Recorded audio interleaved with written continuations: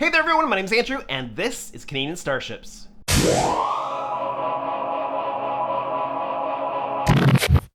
Welcome back to update number 10 on the 1000 scale Galaxy class Enterprise D project. In this update, we are deep into the research and development of the Phasor Arrays. Now, this video is going to be very different than most of my updates. Usually I show you the work that I've done and I take you along that progress. In this update, it's going to be more about the journey of researching and developing and making iterations of the Phasor Array. So you're going to see me go through the process of trying to figure out how to do it. You're going to see a lot of failure before we get to the final product that is going to work really well in this project. So I hope that that is okay. I thought it was important for you to see that journey because it has been a frustrating journey at times with things initially looking positive and then really just not being reliable. So you'll see what I mean when we get into the video.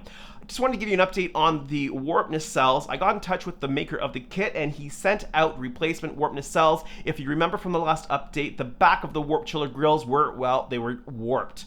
The chiller grill lines were not parallel. They had this warp in them. Just an issue with the casting of those particular parts. So he sent some out to me. They got lost in the post. He sent another set out to me. So that just shows really good customer service on the part of the maker of the kit. Although he's not able to sell the kit anymore, he is able to support it. So I'm really glad to have those. So I'm going to be working on those next. But let's get into the research and development of the Phasor Array for the saucer section of the Enterprise D project. But before we get started, why not take a moment and click the subscribe button, and while you're here, click on that notification bell so you don't miss a single video. Here's the lower section of the primary hull, and this is where the neck will attach. That's going to be quite the work to attach it, but what we need to do right now is work on the Phasor Array. So I've held this up to the light, traced the Phasor Array from the other side in pencil lightly. Then I've taken some of my black vinyl, cut of thin strips, and roughly laid it out where the pencil marks are. It's not a perfect curve by any means, but it's going to be just enough that I can lay over some tissue paper and then trace that out and then transfer this over onto something a little more durable, either paper or some Bristol board. So now the Phasor Array shape has been transferred over onto this tissue paper. I'm going to cut out the interior shape and trim it off, transfer that shape to something a little bit more durable. Then I'm going to compare it back to the saucer to make sure that I've actually got it right. Now, part of building models is trying stuff and then trying different things to see what works best. And to hedge my bets a little bit, I'm trying a second method of getting the shape for the Phasor Array. Now, what I'm doing here is similar to how I would take shapes off of the ship to transfer them into the computer program for making masks, where you cover the section you want to take the shape of with this yellow tape, and then tracing that out on the yellow tape, and then lifting it off the model and transferring it over to where you need the shape. In the case of making the masks, that's transferring it onto paper to then scan. In this case, it'll be transferring it onto a surface to get the actual shape drawn out, to then transfer to plastic styrene to create the bed on which the SMD LEDs will sit. So I've got this entire Phasor Array marked out. I'm going to trace it out with my pencil, and then I'm going to cover that probably with packing tape just to be able to keep the little pieces of tape intact as I pull them off, and then I'll be able to transfer that onto something a little bit more secure. Just wrapping up tracing this out, but you can kind of see how this process is going. And between the two options, the tracing paper and the tape, as long as the tape transfers off well, I think this is going to give me a much more accurate representation of the shape of the Phasor Array. All right, so the packing tape is going to go over top simply as a transfer medium for the masking tape. And this is going to hopefully hold together the little bits of masking tape, so when I pull it off, I don't lose the shape of the Phasor ring. And so this is going to take several different pieces, just like the tape on the Phasor Array did. Now that all the packing tape's on, I'm going to try to do this live on camera, removing the tape. And you know what? I think, yeah, okay. This is definitely the way to do it. And in fact, because, let me just move the saucer out of the way, because I have the tape, the packing tape that's giving it a little bit of rigidity on there, I could actually just take my X-Acto blade and cut this out. Then I have the exact pattern with a sticky backing that I can put onto my sheet styrene to create the pieces that are going to be the backing that the ring goes on. Yes, that's what I'm going to do. So now here I have a perfect, or at least close to perfect, representation of the lower saucer Phasor ring, which is going to need to be then transferred onto this 0.04 styrene. And as you can see, it clearly just won't fit on the sheet, and that would be wasteful even if it did. So what I'm going to be doing is I'm going to be chopping this up into small pieces, and then I'm going to be building the ring back together in the styrene. And that will create the surface that the LEDs will then be mounted to, chopped up into 1s, 2s, 3s, or 4s, depending on the severity of the curve at any given moment. The Phasor Array pattern has been placed onto the sheet styrene. I've tried to make it pretty much as condensed as I could in as few pieces as possible. Also, I've added this blue strip around the edge. That's just made it the 3mm on each side wider that's necessary to fit the SMDs on. So what I'm going to do is remove the blue. I've already traced out with pencil the outer edge, and I will cut this out and reassemble the Phasor Array before putting the LEDs on top. The base form for the LED array is now complete. I'll turn it over here. You can see that it matches the Phasor Array. If I turn it over here, I've epoxied the linkages together. I've also added a couple pieces just so that it sits more flat on the surface while I'm installing the LEDs.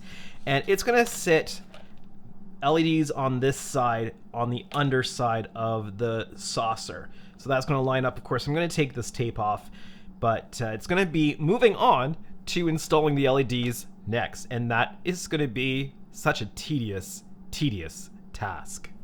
I've gotten started working on getting the LEDs down on the Phasor Array. Thought I'd give you a look at the process that I'm doing. Now I'm basing how many I'm putting on together just on how they go around the curve. Now the curve is getting a little bit more pronounced here, so I may need to just do one separate individual LED here. Let me lay this down and have a quick look.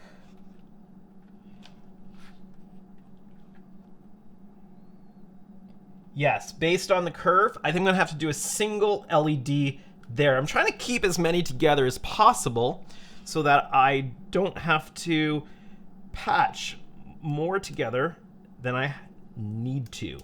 So let's get this one section down. It's a little bit more rough of a cut than I would like normally. However, I am trying to do this on camera, which definitely makes a little bit of a difference. Now, I'm using the sticky backing that comes with the LED just to get the placement. All right. Let's place this, make sure the arrow is going the right direction, and you can see this is a bit of a wider wedge in here than this one is, and definitely wider than this wedge here, and that's going to be necessary as it goes around the curve. Now I will be securing these in place more securely once it's all wired up, and that way they will not move. I'm just using the sticky backing of the LED for that placement, and that's essentially it. So I'm going to continue going all the way around the curve, and I'm hoping that this will still look nicely arced and smooth when it translates over to the kit. 89 LEDs and 186 solder points later, the bottom saucer Phasor Array is complete. What I did was I laid out all of the LEDs onto the styrene strip first, then I soldered each of the individual solder points. Again, that's 186 solder points on this array. Now, the contacts on the super high density LED tape are so small, it is really difficult to make sure that you've got a good connection. So I had to then go through the entire array and suss out every single issue and make sure that every contact point was good. Once that was done, I made sure that I epoxied the solder joints so that there would be no risk of this coming undone. You don't want to get this into the model and then have a failure. It has to be 100% reliable before it goes into the model. So it is complete. Let me turn on the Phasor Array and give you a little bit of a light show here. There we go.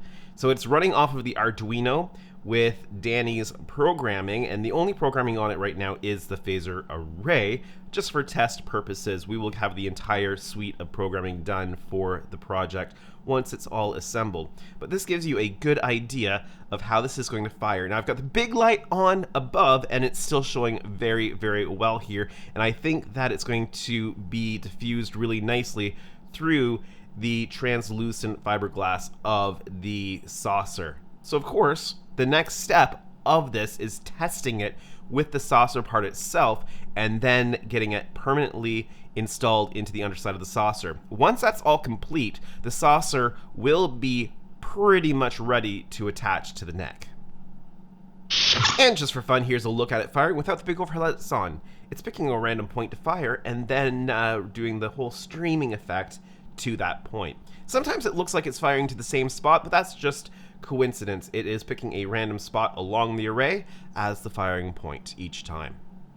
Now looking at this, you might think, okay, Andrew, are you filming this out of order? Well, no. You see, Phasor Array 1.0 was super unreliable, and there was no way I was transferring it into the ship. So what I've done is started developing Phasor Array 2.0. Some of the major changes that I've done is that I am putting them LED down onto clear plastic, which is going to give it basically just the support it needs to be moved. The next thing you might be able to see is that I am physically connecting them with wire. You see these wires right here.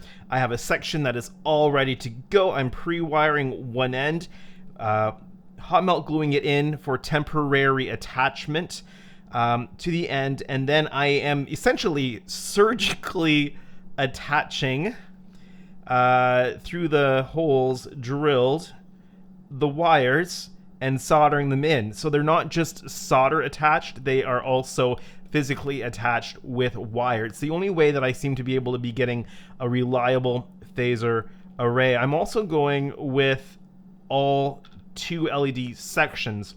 Now, it won't look as nice as a part, but it's still going to look just as nice when it's underneath the kit plastic and shining through with the Phasor effect. So I'm not too concerned about that. What it's going to do is limit how many connection points I have to do, because I had something, I can't remember what I said, 63 sections or 69 sections out of 89 LEDs that had to be connected. This is going to greatly reduce that number. This is incredibly slow. This is the product of today's work, just this small section. Now I've got the week off my day job so that I can dedicate time to getting this done and making sure that it is secure. so that I can hopefully get it into the part and do a bunch of reliability testing with it. So I'm going to keep going with this. As I said, I've got this part, this one that is ready to be installed, and I've got some more parts over here that I'm currently working on trying to get the wires to fully attach. Some of the areas on the back, if some of the sticky backing doesn't quite come off properly, the solder simply will not stick. So I have to be very, very careful in making sure that those are properly cleaned off from any of the adhesive on the back. So you can see the progress I've made on Phasor Array 2.0. Now, this is 2 days worth of progress. And this is seriously way too slow, and I'm still not convinced of the reliability of this. So I have scrounged the internet for other options, and here is what I've come up with.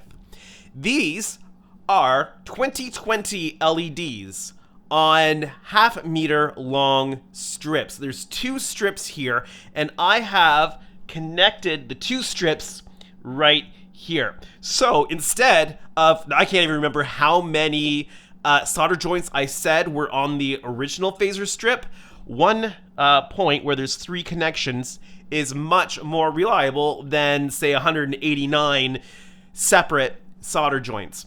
And this piece here is much longer than what's going to be needed to go on the saucer, but one piece just isn't long enough.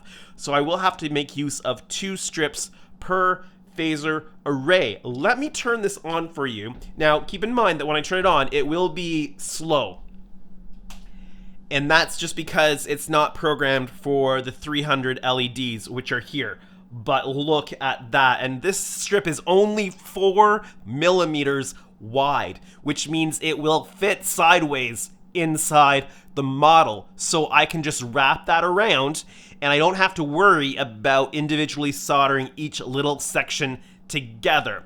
Now I've soldered this point, and then I put epoxy on it to give it some extra reinforcement. So I'm hoping that that will handle being worked with and maneuvered. But if I have to do a repair job on it while I'm putting it into the model, once it's fixed in the model, it won't move, and so it won't be an issue. But if I do need to, it's just those 3 solder points that need to be dealt with. They're very, very, very small solder points, so they are finicky to work with, but if you can get them done well, then it is good to go. So, Phasor Array 3.0. Let's see if I can get this temporarily installed into the saucer. I'm not going to permanently install it yet because I did notice that there is still some work that needs to be done in removing material for the 2 saucer halves to go together. But yeah, this has been such an R&D journey, and you know, I did think about getting rid of the Phasor Array stuff that just didn't work, but I thought you'd want to see the journey of how we got there. So the 2020 LED strips have been temporarily installed just with hot melt glue. I'm going to probably take it out and do some refinement on the parts up in this area because they're not quite going together properly with the top of the primary hull. But I've got it temporarily installed for testing. I'm really anxious to see what this looks like when I hit the switch on the power. Let's see what it does. Does it work? Oh yeah, that's working. That is awesome. Okay, so this is how it's going to happen. So much more of this is properly manufactured. It's not all soldered together. This will be 100% reliable. I'm happy with this. Now I'm going to turn it over. Now, obviously, it's not going to be the perfect show because there's no light blocking. This is just the LED strip attached to the saucer temporarily, but I'm going to flip it over and see how it's looking on the bottom of the saucer. And here's a little look at what it looks like from the underside of the saucer. This looks so nice and smooth. There is some alignment issues just over here, but that's just because it's temporarily installed. It's just tacked in there with hot melt glue so I could do some test runs. Like I said, there's some adjustments I'm going to have to make on the part so that the 2 halves of the saucer go together properly. I'm going to do that before I get this installed, but that's going to be done in between updates. And that's going to be it for this update on the 1000 scale Galaxy class Enterprise D project. Even though it's a little bit different of an update, I hope you've enjoyed it. I am sure glad that I went through that journey to figure out the best way to do the Phasor Array. I mean, I haven't seen anyone do this before, so when you're doing something new, it takes time to develop it and figure out the best approach for it. And those 2020 addressable LEDs, I think that's going to be game changing for so many projects. It's going to look really great inside this project with the top saucer and the bottom saucer Phasor arrays both firing. But you could put these into your 1400 scale Enterprise D project or your 1400 scale Enterprise E project, and they will look so good paired with Danny's programming on the Arduino. So many different things that you could do, and I'm excited to see what other people might be able to do with these LEDs. It's going to be great. When the technology gets better, it means that we can put so much more into our projects. And don't be scared to spend the time or the effort working with some of this new stuff to try to figure it out. It's definitely worth it. But I hope you've enjoyed the update. If you did, make sure that you hit that like button. If you're new to my channel or you haven't done so yet, why not hit that subscribe button today? You'll make me very happy if you do. In fact, we are only about 70 or so subs away from hitting that 1,000 goal for the 1000 scale Enterprise D project. So you could help me out by hitting that subscribe button. That would be great. For now, my name is Andrew, and this is Canadian Starships. Have a great day, everyone.